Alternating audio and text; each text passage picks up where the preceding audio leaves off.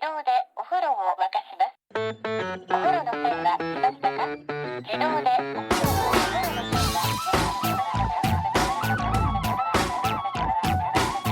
Hello and welcome to another episode of No Such Thing as a Fish, a weekly podcast coming to you from one very disclosed location. It is the QI offices in Covent Garden. We are back. My name is Dan Schreiber. I am sitting here at a very comfortable 2-meter distance from Anna Toshinsky, Andrew Hunter-Murray, and James Harkin. And once again, we have gathered around the microphones with our 4 favorite facts from the last 7 days. And in no particular order, here we go. Starting with fact number 1, and that is James. Okay, my fact this week is that there is a type of glue that was developed specifically to help strongmen grab onto giant stone spheres. So cool. So strongmen competitions, this is where you see them basically lift these giant boulders, don't you, up onto platforms? Yeah, so if you imagine on British television between Christmas and New Year, there's nothing else on TV apart from World's Strongest Man, which is the best show ever, where they get these enormous men like pulling trucks and doing all sorts of stuff. But like you say, one of the things is called the Atlas Stones, and there's a substance called spider tack that was invented by a part-time strongman and part-time molecular biologist called Mike Caruso. He smashed all the test tubes in the lab, hasn't he? And yeah, basically he was carrying these big boulders, and one of the big problems is actually gripping them. As someone who's lifted a giant boulder myself, I could definitely say that. I think I mentioned it on this before. Have that you? In Iceland I was lifting some giant boulders. Might come to that later. Okay. But anyway, so he was struggling to grip them, so he took some rosin, which is that stuff that if you play the violin, Andy, for instance, you put on your bow to make it. Yeah, I'm just helping you here. Thank you. Yeah. I feel comfortable. And then he added some polymers to the rosin, and he can't disclose what kind of polymers are in it. He calls it his special sauce, and he came up with this incredibly sticky stuff. Now, he sold about 10 of these a year, so it wasn't really a big deal, but it's come up really recently because it's basically spoiled baseball, because baseball pitchers who throw the ball have discovered it, and if they put it on their hands, it makes their hands able to spin the ball a hell of a lot, which makes the ball impossible to hit. And so it's come into the news recently that this stuff exists. Yeah, because it is a big controversy at the moment in baseball, because batting averages are at the lowest they've ever been, and they think it's because specifically of this kind of glue and other glues that are being brought in, but it's just a whole new era of baseball where everyone's striking out, and yeah, there was the Yankees have got a pitcher called Gerrit Cole, and they signed him on a 9-year deal for $324 million in 2019. He was the best pitcher ever. They had to pay all this money for him. They signed him for $324 million? Yeah, over 9 years.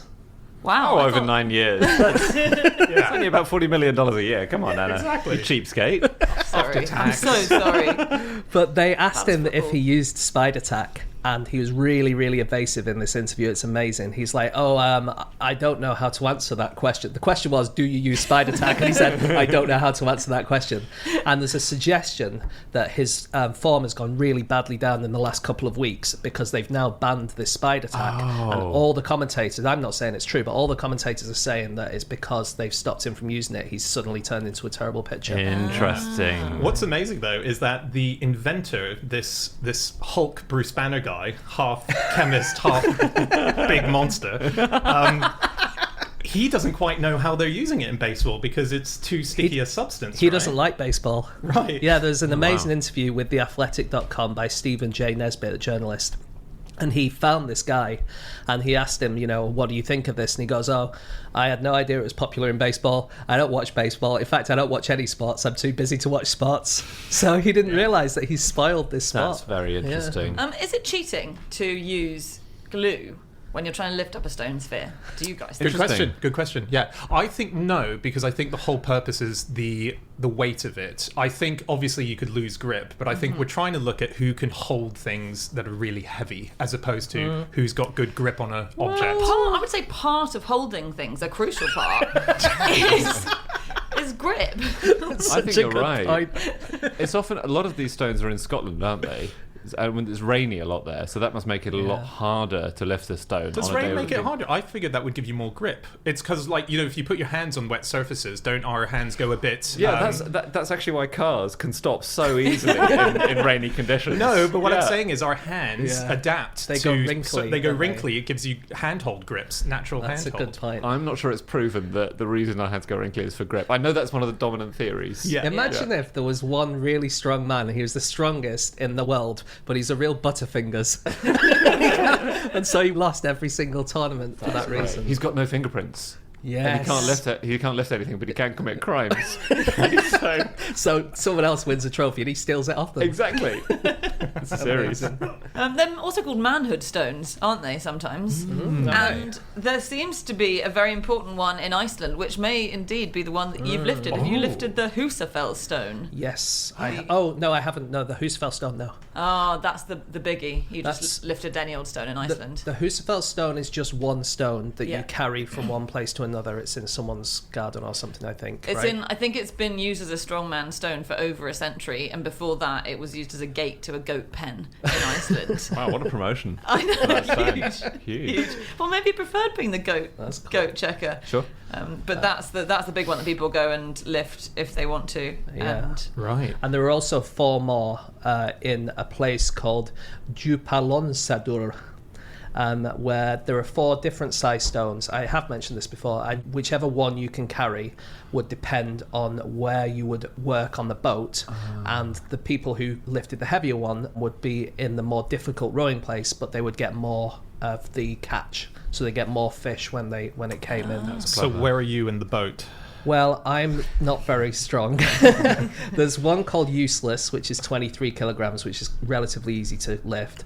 And then there's one called Weakling, which is 54 kilograms, which I could lift, but I found extremely difficult. And it was the grip, genuinely. Like, you could kind of get it on your knees and lift it up quite easily, but just getting your hands around it. And then the other 2, half strength, which is 100 kilos, and full strength, which is 154 kilos, barely could move them. Like, the big one literally couldn't move it. I mean, that's really heavy. Is there anything for, like, is there a stone which would give you an administrative role on the docks, not being on the boat at all? Just a little pebble. Yeah, in at the exchange for side. some sardines every day. The thing is, when I did it, it was really raining, and I always use that as an excuse that it was really slippy and stuff. But now you mentioned that my hands would have gone wrinkly. That's no excuse You should anymore. have held on longer, yeah. If you want to try Atlas stones at home, you can buy Spider Tack online, and you can also buy Atlas stones online. I found one 75 kilo ball, which was £200, £50 shipping. Because presumably you need a strong man Poor to take That's so funny. Do you know what one of the hardest things about being a strongman is? Well, the lifting of things. You'd probably. think the lifting, that's pretty bad. But according to Lloyd Reynolds, who is a strongman and an NHS physio, it's driving up and down the British motorways. Oh, yeah. These long drives. Right. Basically, travel is the biggest problem for strongmen. When they get on a plane, their seats, they're like, our butts are too big, we're way too bulky, so air attendants tend to sit them, if they can, in their own row so that the other person next to them is not getting squished. They try and give them as many breaks to stand up and stretch and move really around. Interesting. Did I ever say the thing on here? I don't think I did. About I read an interview with some discus throwers, and they're really big guys, especially around the shoulders. And whenever the American Olympic team goes to the Olympics, the discus throwers always sit next to the long distance runners because the long distance runners are so skinny. And presumably So they sweet. must be sat on the side of the dominant throwing arm, right? Because that's a bulky arm. Maybe that's why they are always pulling planes and cars. They just can't fit in them. Yeah. They've got to get it up there, picking someone up. There was a World's Strongest Man competition which was in Botswana in 2016, and all 30 competitors had to get on the same plane from Johannesburg to Botswana. And apparently there was one of the competitors, Brian Shaw, has won World's Strongest Man 4 times. Pretty big guy. He's 6'8", he weighs 31 stone. Wow. And when he was on the plane, he couldn't fit into the loo, and he had to take aim from outside. That's amazing. Was it a number 1 or a number 2? It's a big old manhood stone coming out one day. Do you know who is the world's strongest woman at the moment as of 2020? No. It is someone we mentioned on the podcast. Is it the Courtney watermelon? Olsen. Yeah, Courtney Olsen. It is Olga Liaszczuk, who was the former holder of the watermelon crushing record before Courtney came along. Courtney, wow. Yeah. I saw a really good interview with her because they asked her about her diet and she says she prefers newborn babies. It's a joke, of course. And there's a brilliant video of her carrying a 200 kilogram yoke. So a yoke is like what a milkmaid would hold, like a stick across the shoulders with two heavy weights on it. And she's walking, supposedly, with this yoke, but she's going so fast, the judge, who's not carrying anything, can't keep up with her. Whoa. She's amazing, honestly. Incredible. Wow. The other thing they carry is fridges, famously. And so it's a classic strongman test. 1977, first World's Strongest Man contest. Have you guys ever seen the video of that? No. So it was the first one ever, and it wasn't really a thing being a strongman, and so no one really knew how to train for it. Everyone came from a real range of backgrounds, usually like some kind of sport, but Franco Columbu was one of the competitors in 1977 World's Strongest Man, and he was famous at the time for blowing up hot water bottles until they exploded. And other feats of strength like that. Worst house guest ever. That's pretty. I mean, that's a different kind of strength. Yeah, it's good, isn't it? He could also bend yeah. steel bars, but the problem was he was much smaller than the other competitors. He weighed about 100 pounds less than most of the other competitors. Okay. And they hadn't safety tested the fridge race. And you should look it up if you can hack it. They start with fridges on their backs, and they start running, and within about 2 strides, his leg snapped. Oh no! This is like your tug of war fact all over I'm again. so sorry. He's fine. There's an interview with him in hospital later. He's like, that was a bit of a bitch. Wow. And they cancelled the fridge race until 2004. And now they have a crossbar and a fridge on each side to balance the weight. But it is an unbelievable thing to watch. Presumably, he had immediate access to a bag of cold peas to put on the wound, right?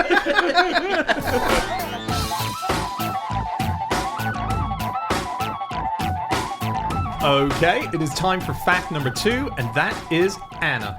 My fact this week is that the first animated puppet film used insect corpses as the puppets. Wow.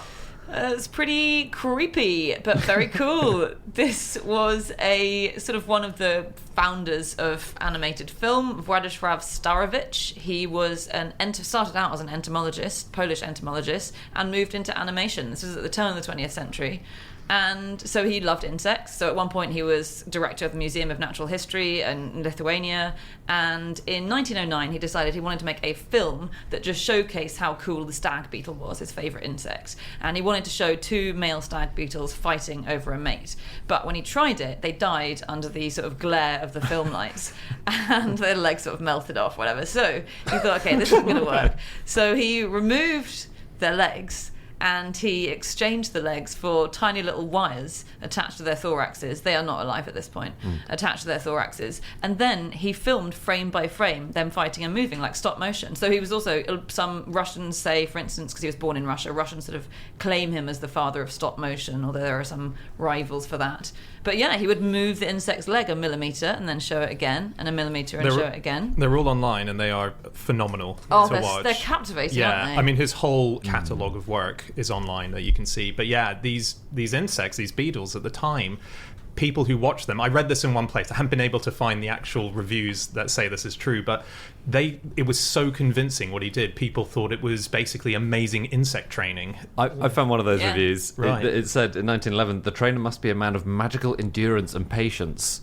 So yeah, and he didn't give away the secrets of how he did it either. He wanted to keep the mystique. So he also hinted that there were gears and pulleys at work, and that he was definitely keeping his secret. It was definitely advertised, at least in Britain. For some reason, it was advertised as trained insect puppets on film. That's so You can cool. imagine it would draw more attention than dead things I've strapped wire to. Interesting that the Russians claim him as their own because his whole family hated Russia. Because he was born around Moscow, but he was taken to Kaunas in Lithuania, modern-day Lithuania, because his father didn't want him to be too Russian. Really? And so he stayed with his grandfather in Kaunas, and he was expelled from school for skipping the Orthodox Mass, which was like a Russian church, so he didn't really want to be part of that because his father had kind of taught him to be like this. And he invented a shooting range in his house which had moving figures, and one of the figures was General Muravyov, who was like the famous Russian general who kind of put down the November uprising. And whenever you shot him, he would kind of fall down and then be hanged by his neck.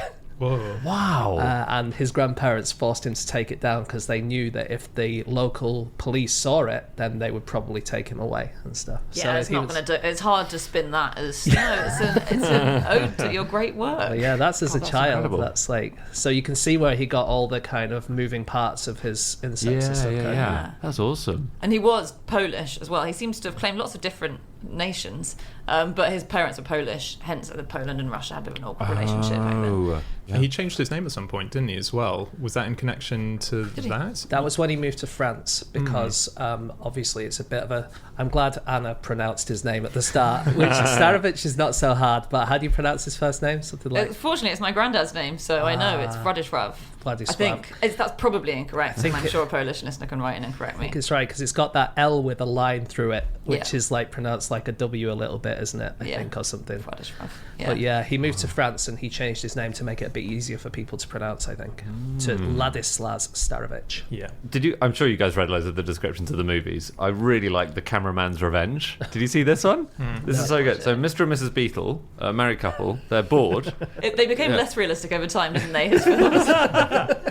So Mr. Beetle meets a dragonfly who is in the middle of an affair with Mr. Grasshopper, right? But Mr. Beetle is so sexy, he steals away Mrs. Dragonfly from Mr. Grasshopper. Grasshopper, the cuck in this scenario, is furious, but he's also a cameraman, okay? And he films Mr. Beetle's affair with his ex, Miss Dragonfly, right? Anyway, Mr. Beetle and Mrs. Beetle, they're eventually reconciled with each other, and they get back together and they say, let's go to the movies. But the projectionist at the cinema is Mr. Grasshopper, and he puts on a movie called The Unfaithful Husband, which is footage of Mr. Beetle having it off with Miss Dragonfly. I have some questions about this, about beetles and dragonflies having sex with each other. That's unrealistic, surely. It's kind of fan fiction, I guess. That's a lot of plot for what were, I thought, like 30-second movies back in the day. How long is this? This is his magnum opus. This is his Citizen Kane. Yeah, I don't know, but anyway, I think it was a bit longer. It was a few minutes. Yeah. It's about 13 minutes, I can see now. Yeah. Oh, okay. I think his magnum opus came a bit later, wasn't it? It was The Tale of the Fox, which was the first feature animation film, so it's over an hour long. Oh wow. And that's what I find interesting about that is it's based on a Goethe story called Reineke Fuchs, which is based on a much, much older kind of medieval story called Reynard the Fox. And Reynard the Fox is basically, it's a fox and a wolf, and the fox is very sly and amoral, but he's very charismatic and he always gets into trouble. And you have all these medieval stories about this fox doing naughty things, but eventually, a bit like Dennis the Menace, kind of getting his way in the end. And these tales have been going since the 12th century. And in English, they're called Reynard the Fox. In French, they're called Renard the Fox. And Renard is now French for fox. And so the French word for fox comes from this character from medieval history. Isn't that interesting? Cool. Yeah. Yeah. Fox the Fox. Cool. That's awesome. And in that one, he got adept at making other animals, didn't he? Not just insects. And in fact, everywhere seems to say he worked completely alone, which he did. He didn't like outside influence, and he turned down Hollywood because he wanted to do it all himself. But he didn't like outside of his family assistance. But his wife was a tailor, I think, and his wife made a lot of the animals for him. And his daughter directed and wrote a lot of his films with him. But in the Reynard the Fox, he made lots of animals out of different animals. Seems really weird. Like the lion was made of deer skin, I think, and just really mixing it up. Wow. But it's very adult content. Animation was not for kids back then. It's kind of and dark. Again, that one, look that up online. The animation is phenomenal Yeah. in that. It's absolutely extraordinary. And as you were saying, James, it was the first animation, so it beat Snow White, which is seen as the seminal opening animated movie of Hollywood. It beat it by 8 months in coming out. So this guy was a true pioneer who's sort of been lost to the annals of history slightly. Do you want to hear the least relevant fact that I found in the research for this section? It's about art and insects and drawings, right? And filming. So, this is a sports-related fact, and in fact it's a newsy one. There is a team of 2 men whose job is to go along the length of the route of the Tour de France, and their job is to draw butterflies out of penises that people have graffitied on the road. They're called the Eraser Men, les effaceurs, and this is a great article about them on the Rouleur website.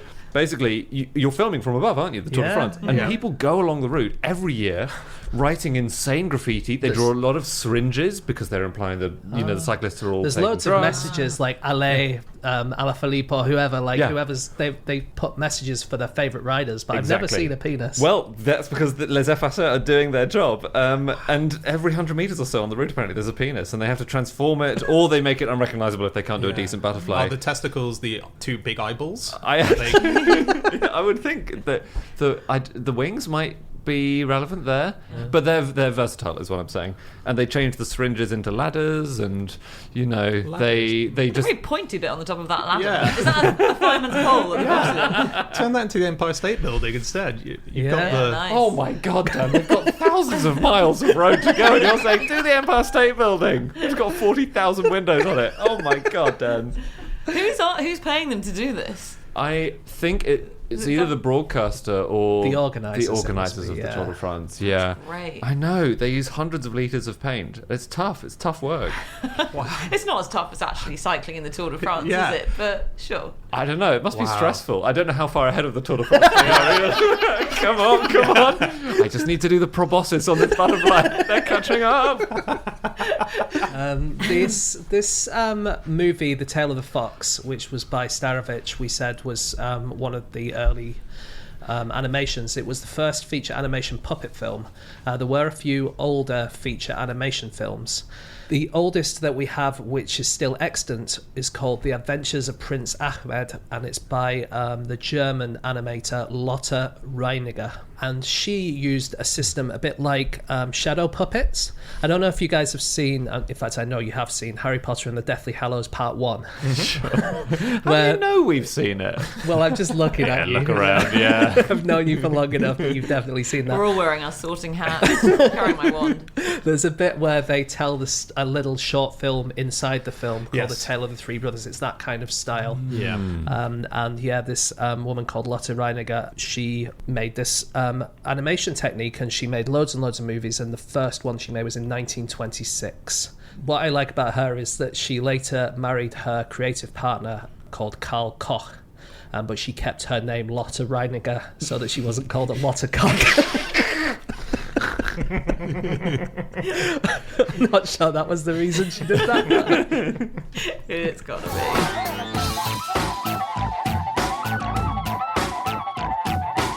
Okay, it is time for fact number 3, and that is my fact. My fact this week is that the man who popularized toothpicks in American restaurants did so by paying Harvard men to eat at fine establishments and then shout at the waiters if they were told wooden toothpicks were not available.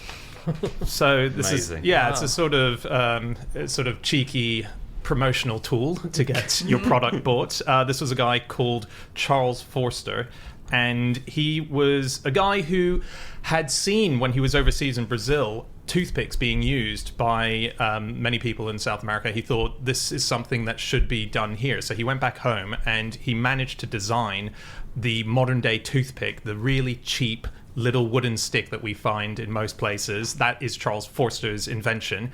And once he had the invention, he thought, how can I convince Americans that they need this in their mouths? Because it was seen as sort of a bit crude. No one was really interested in it. So he used to pay people, particularly sort of very rich people like Harvard men, to go in, cause a ruckus, and then they would threaten to never eat in the establishment again. And once they left, the next day, Charles Forster would either himself or send someone else there going, would you like to buy a box of wooden toothpicks? And the owner goes, of course, yes, thank you. Why didn't the owner ever go, how suspicious? A bunch of Harvard guys randomly kicked up a huge fuss yesterday about this. I mean, you'd see it coming. Well, he would sometimes go in first as well. So let's say there was a shopkeeper. He would go into a shop and he would say to the shopkeeper, look, would you like to buy some of these new, I'm selling them toothpicks, you could buy a few boxes of them, and the shopkeeper would say, I'm not interested. And then he would hire a young person to go into the shop, ask for some toothpicks, not be able to get any because the shopkeeper had said no. Then he would go back, the shopkeeper would say, all right, I will have some toothpicks. Then the young people would go back in, buy the toothpicks, return them to Charles Forster, who then has the toothpicks back again that he sold to the shopkeeper in the first place. But Then he reused the toothpicks. yeah, he would resell them then to the shop, which to me means he's making a loss. Yeah, He's making absolutely. if there's a markup in the shop, he's losing that amount of money. But I can only assume he then sells in bulk after that. He's like, I'll sell you 20 boxes. I hope so, because if not, maybe that's why this guy wasn't the biggest financier ever. But yeah, it feels like a risk, but I guess it was a risk that was worth taking. Yeah. A lot of gullible shopkeepers and restaurateurs around in those days. He claimed his toothpicks were made of the choicest part of the white birch log, which Yeah. sounds Like he's getting one toothpick exactly. per log. It's really Just going to really find the luxurious. exact part of that birch tree. But no, you make millions and millions from each one, didn't you? Yeah. And he did this all in a bit of America called Strong, which is in Maine. And for a long time, that was the toothpick capital of the world, as they called themselves. So 95% of all wooden toothpicks manufactured in America were out of Strong. So we're talking something in, around the World War II period, 75 billion toothpicks per year were being sent out. Too many. That's too many. There was 1,000 people living in that town at the time. So that meant each per year they were making 75 million toothpicks. That's a lot. 5 billion. They can't. What were they being used for? They mostly went to waste. Sure. Given the world's population, that would be every person using 25 per year. But Yeah. I'm sure they weren't as evenly distributed as that. No, and back then much smaller. I mean, I like the fact that we're talking about Strong in Maine. Strong Maine. We were talking about Yeah. Strongman earlier. Yeah. World's They, strongest Maine. When the demand declined for toothpicks, when people realised we don't need 1,000 each per year, they tried to innovate because obviously these factories in Strong, suddenly they didn't know what to do. And so they tried to come up with new versions of toothpicks. And one of them was they would make it square in the middle so that when you put it on a table, it wouldn't roll off. I yeah, that's read really that clever. too. I don't know how clever it is, Anna, because I think that it's never been a huge problem for me. Is you put your toothpick down on the table. it has for me. It has for me. Oh, come on. How wonky are your tables that a single toothpick is rolling off? Just adjust the angle that the toothpick is on, and that'll solve the problem. My housemates get really pissed off because I'm a compulsive toothpick user. I probably go through about 10 a day. Wow. And they are There we all go. over the floor. Because you put them on your desk. Yes, it's a bit of a wobbly desk. It falls onto the sitting room floor. Yeah. Get a new one. It's an issue. And I can't believe these didn't take off. I can't believe you were questioning how many toothpicks were needed per day. I know. The I'm plot the main twist, consumer. 10 a day. Apparently, he wasn't even very good at making stuff, Forster. I think he was just a good businessman, wasn't he? Like, he requisitioned shoe peg makers to make toothpicks. And apparently, they used the same skills, but that seems so weird to me because a shoe peg was something that attached the heel of a shoe, the base of a shoe, to the top of a shoe. And so it's got to be quite thick to do that, right? That's like when you've got to attach two bits together in DIY. Yeah. It's got to be Like a dowel. like your thumb, exactly. And then they turn that into a toothpick. That seems... If you're using a toothpick to hold your shoe together, your shoe's coming off. But it's an easier technology to adjust. It was probably one of the closest things to an actual toothpick that existed or could Yes. be made at the time. You wouldn't take someone who made telegraph poles Right. and then get them to make toothpicks because Exactly. that's a bigger change, isn't it? You're right. And they were often missing teeth back then, so maybe the gaps were a lot bigger. Yeah. Great point. Oh, yeah. I was reading a book which was called The Toothpick by a guy called Henry Petrosky. Did you guys come across this? It's one of those great authors who just picks one item. Cool. Yeah, and he just tells the whole history of the object. So obviously Charles Forster invented the sort of very cheap disposable toothpicks, but toothpicks have been there throughout history. Royals have used them, but everyone sort of had a really spectacular toothpick that they could use over and over again. Wow. They would often wear it in a box around their neck on a chain. Yeah, you would carry your Kidding. toothpick. There's in this book he claims that there is definitely evidence that during the Renaissance that used to be done. People used to carry their knives around and stuff. Did people just have a load of cutlery attached Yeah, to their body exactly. the whole time? Spoon on the nose. Yeah. Well, Um, there's an anonymous painting that was done called Queen Elizabeth as an old woman, which shows her wearing multiple chains around her neck, and one of them which would have had her toothpick in. And we know that she had toothpicks because in 1570 there's an account of her having received a gift of 6 gold toothpicks. as well as, and this seems to have disappeared from sort of day use, toothcloths. Never heard of that. A little cloth for your teeth. That's I lovely. guess instead of a brush, did you just like hang Yeah, a that's handkerchief really away? weird. Yeah, maybe, yes. That's so cool. Anna, you should get one of these things to hang around your neck, and you could just keep one toothpick in there. Yeah. Problem solved. I think that's a really good idea because at the moment I replace the toothpick back into my huge bowl of toothpicks that I keep in every room, and then you don't know which one you last used. It's not very hygienic Are at you all. kidding? No. You put it back in the... Yeah. I don't think that's the point of the toothpick holder. Other people find that weird, but it seems so wasteful to just use it once. Absolutely. Do you know, there's a toothpick mystery that I think has been in the back of everyone's mind since the day you first saw one of these toothpicks. Okay. You know the toothpicks, which are called Japanese toothpicks, and they have little grooves at one end. Oh, yeah. Yeah. Those are the fancy ones in my mind. They're the fancy ones, exactly. Yeah. Usually you see them in maybe a nicer restaurant. And why do they have those grooves? So they don't roll as easily off the table? Grip. Increase your grip. Avoid stabbing yourself in the gum. Grip, very good answer. Rolling, don't know if because they're not that the grooves aren't going that way, so I don't know if that would help. Okay. What they're for is they are for snapping the end off to indicate that the toothpick has been used, which you would not need to do if you were me, but a lot of people like to say, this has been done, don't use it. And also, someone pointed out, and I don't know if this was in mind when they were designed, but you can then use the end you've snapped off as a stand. So another problem I always have with toothpicks is that the end is lying on a table or a chair or sofa, and that gets dirty, right? Whereas if you... It sounds like it does in your house. if you prop it up with its other end that you've Yeah. snapped off, isn't that so clever? Yeah, that's Yeah, amazing. no, it's really clever, yeah. I don't know how to use them. People think that you shouldn't use toothpicks, though, right? A lot Okay. of dentists say you shouldn't really use them What? because they can pierce your gums and give bacteria a chance to get in because they're quite spiky, especially the wooden ones. Sounds so, like you're using them wrong. well, the American Dental Association suggests not to use them. They say you should use, there are certain better, like softer toothpicks that you can use rather than those wooden ones. Writer Sherwood Anderson died because he swallowed a toothpick. Okay, that is using it wrong. It's one thing to just poke it into your gum, but to eat the entire thing.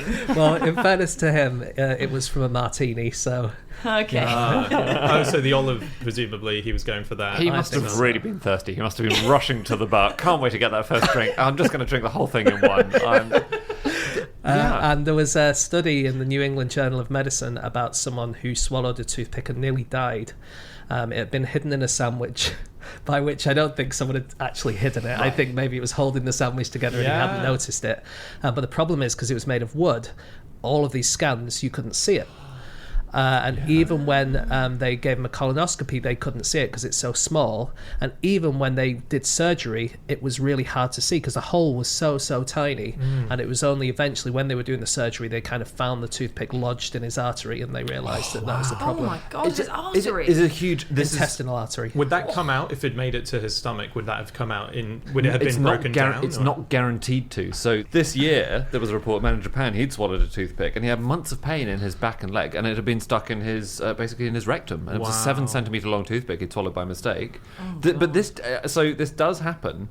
Apparently, in the 1980s, in America alone, 8,000 people a year were being injured by toothpicks.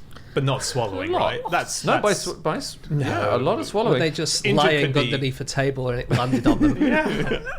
Presumably, injuries could be from accidentally poking your throat too hard, or like What are you poking your throat for? well, it's going in your mouth. You might make a mistake. You might all miss I'm your saying. mouth. You might miss It's your quite mouth. hard even to get to the back molars, to be honest. A lot of But- people use it. I mean, I think Q-tips were invented because the guy who invented Q-tips saw his wife using a toothpick on her son or daughter's ears to pick out. okay. So, like, people do I use it think for in weird fairness things. they were putting a bit of cloth on the end of the Right. toothpick. It wasn't just shoving in the spiky... Oh, okay, because I have done that with a toothpick. Ooh, So, wow. yeah. This is- not my children, on me. Right, Oh, yeah. have you really? Yeah. Inside your ear? Yeah. Don't Wow. do that. I think I've got to say the personal hygiene of both of you. Thank you, James. Thank You you. wish it was more than 2 meters now, don't you? There are lots of... This is a huge problem. There was a dentist who was interviewed by an outlet called Shaw News. He was called Jamie Bell. He said more people choke on toothpicks than on food, which I find extraordinary. Yeah, I saw that, but I can't be true, can it? Absolutely not. I mean, okay, but there was an analysis of toothpick swallowing cases which had made it to medical journals, because obviously most toothpick incidents probably don't make it to a medical journal. But of the ones which make it to medical journals, 10% are fatal.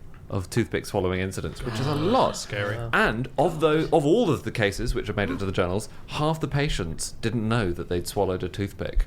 So it seems like it's easier to do. So Anna, check yourself. I think it's with what we were saying before. I've been to a few restaurants where to hold a big burger together, a toothpick goes in and it goes in a bit too far, and you find yourself hitting on a toothpick as you're biting into the burger. Like that's where Can happen. That's where the They've obviously been fashionable throughout history in terms of having them sticking out of your mouth. Very, very Right? cool. It is cool. Very cool look. Was very Because cool. it's dangerous, isn't it? Yeah. You know Living on the edge. you're a bad boy, basically. Is that why cowboys are doing it? It's to signify they don't value their own lives. So 1870s, it was extremely cool for people to be chewing on toothpicks. Apparently every third woman in a particular area of Boston had one sticking out of her mouth at any one time. Well, this was According Charles to one Foster's boom, right? Yes. This was as a result. This was Exactly. the moment, 1870s. It's Yeah. when it erupted. But even before that, people obviously went around doing it. I was reading a 16th century book of kind of table manners, and it advised, do not go around with a toothpick in your mouth like a bird going to build his nest, or stick it behind your ear like a barber does his comb.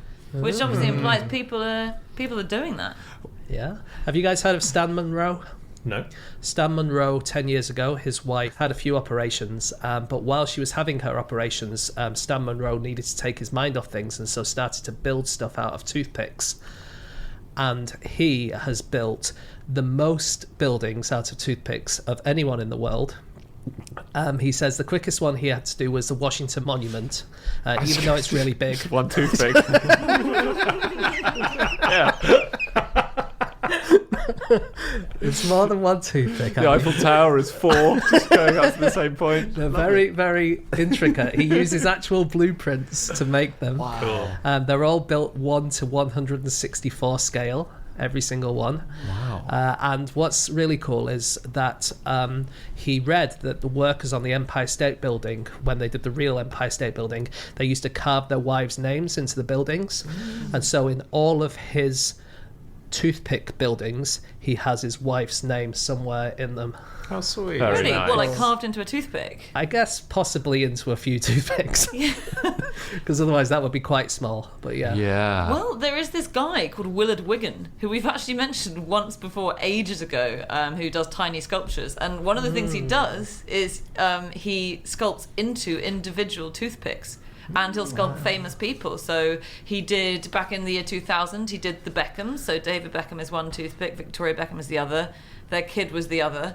And I mean, it was tiny, and it took him a week, I think. Willard Wigan, is he the man behind the Impossible Micro World in Bath? I think yes, he is. Yes, he is. Exactly. They had a touring exhibition. It was the most incredible thing I've ever seen. It was so good. Did you have to look at everything through microscopes and stuff? Yes, you do. You do. He has. Cool. Did you see the Beckhams? Sorry, I didn't see the Beckhams. I don't know if they were in that exhibition, but I remember he did a statue of a horse dancing, and the statue itself was balanced on the head of an ant, which was in the display case. Wow. He's unbelievable. I wrote to him once, but he never wrote back. He might have done, but his letter was so small you didn't see it. Just a tiny toothpick through your letterbox.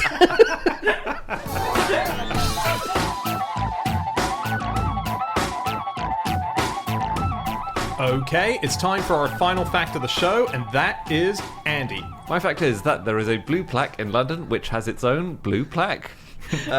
Pretty cool. Yeah, Why great. does it? Why? Well, the original plaque, plaque 1, as I'm going to call it from now on, is to Isaac Newton.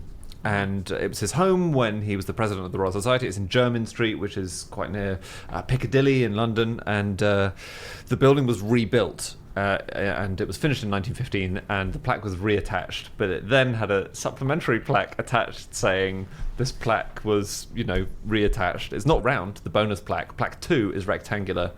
Okay. But they are both Doesn't blue. stop it being a Okay. plaque? No, and I should say I got this from someone I know, Will Noble, who had seen it in the works of Mark Mason, who we know, who is a brilliant Who's fact been on collector and has been on Fish. Yeah.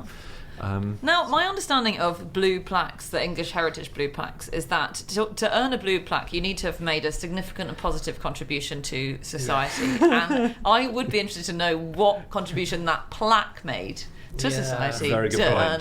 Can I get a plaque? I mean, how easy can it be? I think maybe that was before the rules were tightened up. So English Heritage took over in about the 1980s. They took over from the London County Council, and the London County Council took over from maybe the Royal Society of Arts. The first people to do it were the Royal Society of Arts. It's been through about 4 bodies have had the responsibility of putting up blue plaques. And English Heritage are now just in London, the ones they do, and they are, if you like the original, maybe the best. They're certainly the most stringent in their requirements, because there are dozens and dozens of plaque It's schemes. really stringent, Yeah. isn't it? Yeah. Like, the first thing you need to do is die, Yeah. and then you need to have been dead for 20 years. Yeah. Yeah, so get in there early. And then someone has to nominate you. But you're only allowed to nominate one person a year if you're a member of the public. Yeah. So you can't just send loads and loads of, what about this person? What about this person? What about this person? And then it goes to a panel of 12 people, including a few historians like Rosemary Hill and David Olusoga and people like that.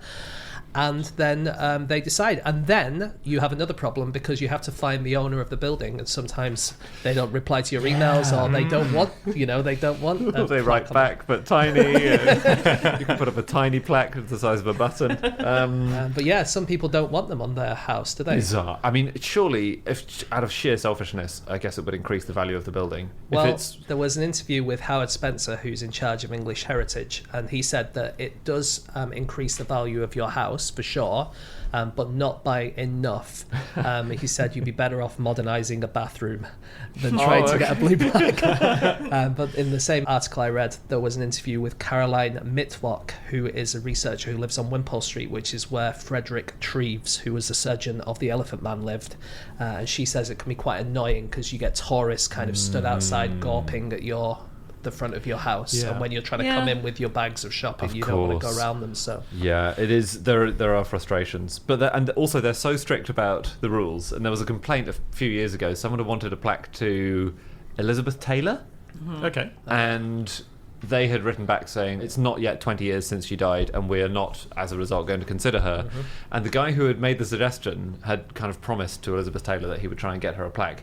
And he said it's so annoying, they should just waive the rule, because in 20 years all the fans who would have paid attention will themselves be dead, and Yeah. no one will pay any interest. And I would have thought that's kind of the point of I why think- the 20-year rule exists. Yes, Like, he's yeah, identified yeah. the reason for the rules. English Heritage going, yes, thank you for confirming we've made the right choice. exactly. Yeah. although there was one person who called Philip Jones, who was a trumpet player who died in 2000, and people think that he probably will have a blue plaque in the end, but the problem was they had to wait 20 years, and that would mean that his wife, who's still living, would probably never get to see it. So you can see in a way that it would be nicer for some people to get it a bit Yeah, earlier. exactly. Yeah, it'd be nice, but I'm afraid it's not the point of a blue plaque to make everyone's Tom, Dick and Harry's wives happy. It's meant to be someone who's making a lasting contribution to the world, and if everyone's forgotten you after 20 years, then I'm afraid you don't deserve one. Okay, well, if you that want harsh? one, you can just buy one yourself. It doesn't really matter. I mean, there's nothing to stop you from just No. buying one and putting one on your own house. Absolutely. I did find a blue plaque that went to someone who had only died 12 years before receiving it. Who? Was this in the olden days? No, this is in modern days. I say someone, it's an animal. Dolly the sheep. Oh, but in sheep years. That's In sheep longer. years, Yeah. exactly. It was actually 60 years. Wow, did they only make the one plaque for Dolly? Idiots. Yeah, that's in the Society of Biology in Edinburgh at the Roslin Institute. Ah, okay. Yeah. There can't be many quadrupeds who have plaques. I think the only other one that I could find was the dog, who was the dog of the HMV painting his master's voice Oh, dog. Nipper, is it But called? Nipper, yeah. Right. Nipper's got a plaque somewhere. Are these all proper? This is an English heritage. I think there are probably quite a lot of other pet Yeah. plaques. There's a couple of bipeds. I know humans are bipeds as well. The feathered bipeds plaques, which are pigeons who were like during the World War II, kind of gave messages and stuff in World War One. That's really cool. Yeah. But not English heritage or English heritage? Not sure. There's even fictional characters that get given blue plaques. So I was reading that one person who's real, Charles Dickens, has so many. He's got like 44 plaques around the UK. So many places he went to and wrote a book there and so on. So scattered across the UK, he has them. But even his characters have some plaques. So Market Square in Dover, is where David Copperfield apparently rested on a doorstep and ate a loaf, and that has a plaque. I have to say, I think that's insane. So there is a guy called Mike Reed, the DJ. Yeah. Oh, yeah. He is the chairman of the British Plaque Trust, and a few years ago he made a sizzling intervention in the debate. He said there are way too many plaques, and he quoted that one, Dan, from David Copperfield, saying this is madness. Yeah. Or that there are plaques where, there's a hotel where J.R.R. Tolkien stayed for a couple of nights. Yeah. He had a weekend break. But again, like Anna says, these aren't the official English heritage ones, is that right? That's correct. Yeah, none of them yes. are. So those Dickens ones, like Dickens does not have 44 English heritage plaques. So basically, I don't really count plaques as plaques unless they're English heritage. Oh, plaques. really? And I think that's, Okay, they're yeah, not that's blue your- plaques. They can be blue, They but are, they're they not. are. Okay. They're not capital B, capital P. Yeah. Blue It can't be the plaques, sure. colour blue, but that's obviously completely No. different to. I mean, blue plaques can be brown, can't they? Yes, That's true. the original blue plaques are brown. Yes. Very Yeah. confusing. Howard Spencer said that we have no copyright on the colour of plaques. That's fair. We just ask people, try to make your style of plaque a bit different than ours. Wow. And some people do, but some people really don't. Some people No. it's Why almost would you? identical. No, I know. If you're going to put your own plaque on your front door, you're going to make it look as much like theirs as possible, aren't you? The way to tell, by the way, if you are a blue plaque spotter and you really are like Anna and you think only the English heritage ones are the true plaques, then look for the screws, because official blue plaques do not have screws. They're kind of flush onto the stonework, and the fake ones tend to be screwed on. Good to Yeah, know. it's There we that is a go. really good tip. Did you guys read about Frank and Sue Ashworth, the No. blue plaque team? Oh, the makers, yeah. Yeah, the makers of the only plaques. So they've been doing English heritage as blue plaques since 1984, when they took over from the previous guy who died, but they got the recipe that he'd been using, very specific recipe. How many years did they have to wait until they were given the recipe? And yeah, so it was the widow of the previous person who gave them the recipe, and they're so great. They live in Cornwall. They're hoping to hand down the business to their son Justin. There's a great video, I think it's on the English Heritage site, of Sue, the mother, and her son Justin, who I guess they've been training up. And it's just a great family bickering session. So they're obviously doing a documentary about plaque making. He's making this plaque, like doing the engravings. She's giving the interview to the camera saying, I'm very aware of how important it is not to interrupt while people are concentrating. I try really hard not to interrupt Justin and Frank. And then literally Justin starts talking about what a perfectionist he is, and she spends the entire time interrupting him, saying, I'm so sorry, you're doing it a bit, I just think the lettering is a bit thick. Sorry for interrupting. It is a bit thick there. It's just annoying to have to pare it down, isn't it, Justin? It's so So sweet. funny. Oh, they're really sweet. They're lovely. Also, the other person who fits into this scheme, apart from the Ashworth family, is a man called Trevor Ramsay from Sunderland. Did you find out about him? No. He is the man who fits all the blue plaques. And he's done 200 of them in the last 16 years. Cool. Yeah, and he is the one who creates the hole in the wall, so it fits yeah. perfectly flush. And yeah, as James says, it can't be screwed on. There has to be a perfectly sized hole in the wall. And he hangs the curtains as well. I always wondered who did the curtains. I love the curtains. I didn't know that. So there's a big reveal moment. Oh with yeah, the curtains. Didn't know always. that. There's always a reveal. You know Cool. those curtains where Yeah. I now declare this. Yeah. Yeah. So and I never knew who made the curtains. No, I think not very many people do. I think you're not going to get laughed out of a pub if you say, do you know, I'm so embarrassed to admit this, but I don't even know who makes the curtains Yeah. of blue plaques. Another hack question in tonight's pub quiz. Everyone gets it. The first ever plaque doesn't exist anymore. The first plaque put up in London, and it was to Lord Byron, and the house was demolished. It's now the Central London John Lewis. And we don't even know which house it was, because I think there's no clear evidence as to which house Byron actually lived in. It was very early in his life, but it was destroyed in a bomb in the war, and then another one was put up. Wonder if he'd be happy that it's now selling overpriced crockery. Yeah. Okay, someone's not tried the everyday range.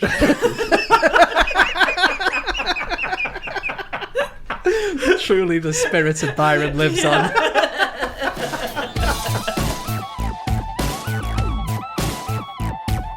Okay, that's it. That is all of our facts. Thank you so much for listening. If you'd like to get in contact with any of us about the things that we have said over the course of this podcast, we can be found on our Twitter accounts. I'm on @Schreiberland, Andy, At Andrew Hunter M. James, At James Harkin. and Anna. You can email podcast@qi.com. Yep, or you can get us on our group account, which is @NoSuchThing, or go to our website, nosuchthingasafish.com. All of our previous episodes are up there, as well as links to all of the places that we are going to be going to on our upcoming UK tour. Do check it out, and please come see us live. It's going to be awesome. But otherwise, we'll see you again next week with another episode. Goodbye.